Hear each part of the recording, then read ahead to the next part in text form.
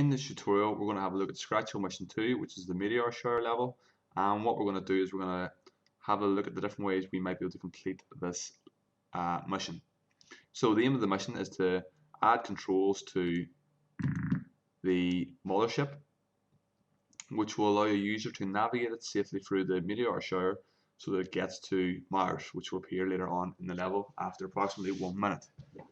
So how are we going to do that? Now it's telling us that we can't use the same technique as last time. We can't just get the mothership to move to the right and then move back to the left after a certain point in time. And the reason is because the meteors are falling from random positions on the x-axis. So if we press play a few times and stop it, you see what I mean? You'll see the meteors are spaced randomly across the screen. If I restart the game, they go to different positions. So it's completely at random. Therefore, we need some sort of user input to allow the user to actually navigate the mothership safely through the meteor shower. So how might we do this? First of all, obviously we're going to need some sort of input from the user. We could use the mouse, but in this example I think it's best to look at using the keyboard and the left-right arrows, which is common in most of this style of game. What we're going to do is we're going to say that when a certain key is pressed, so this is one way we can do it. This isn't the best way to do it, but it is one way you can potentially solve the problem. So we're going to say that when a certain key is pressed, we're going to say when the left arrow key is pressed and we want to move it. So we're going to go to the motion bricks and I'm going to go to change X by, and we're moving to the left, so we're actually going to be changing X by -10 because +10 would move it to the right. Now if I just show you how this one works, when I press the green flag, the game will start, but it's difficult to get the actual ship to move the direction that you want in this way. Every time I want to move to the left, I have to press the left arrow again. It's not a nice way of doing it. If I hold it down, it's hard to actually control exactly how far you want to go. So that is one way we could potentially do it. Not particularly good, but it might potentially solve the problem. You might be able to get through the asteroid problem in that way. Much nicer way of doing it is to use a loop solution, which I'll now go through.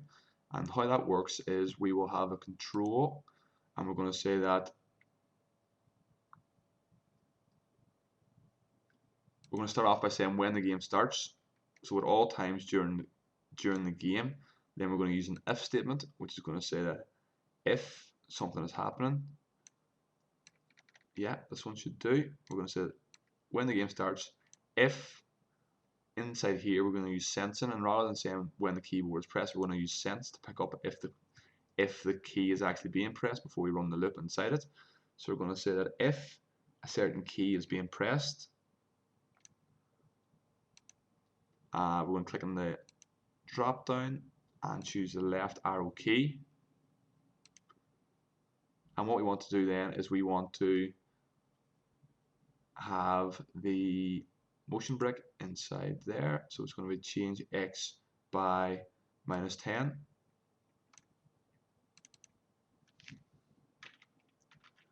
So when the game starts, if the left arrow is being pressed, then change X by -10.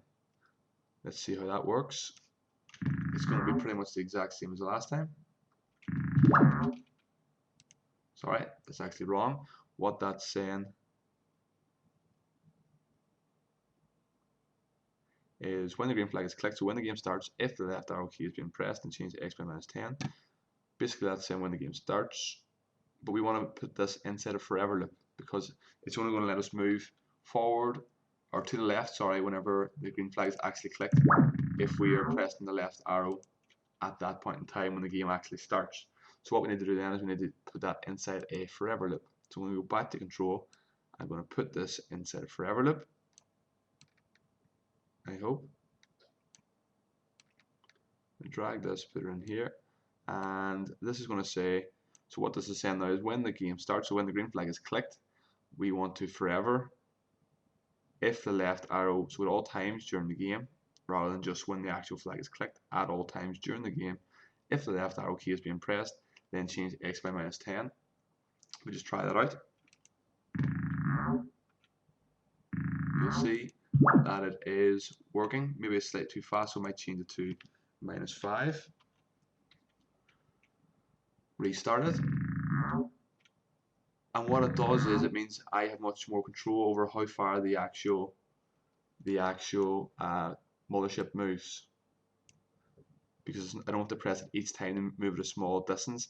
If I hold the arrow key down, the mothership goes further to the left. So just a nice way of doing keyboard controls rather than having to press the left arrow a lot to move it across the screen.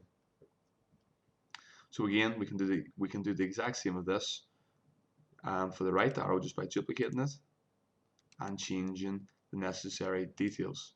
All you have to do then is use your controls. You might want to change about the speeds to make it possible to actually pass the level.